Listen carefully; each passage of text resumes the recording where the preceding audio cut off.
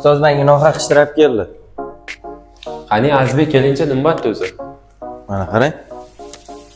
Mana bu yerda yashildan keyin sariqda o'tdim. Уже o'tib ketganimdan keyin qizil yondida nimaga menga jarimaga o'tdi? Qani bo'ldi o'tirib turing, hozir tushuntirib beraman hammasini. Endi hozir Azizbek sizga oddiy tilda yo'l harakati qoidalarining 97-bandini tushuntirib beraman.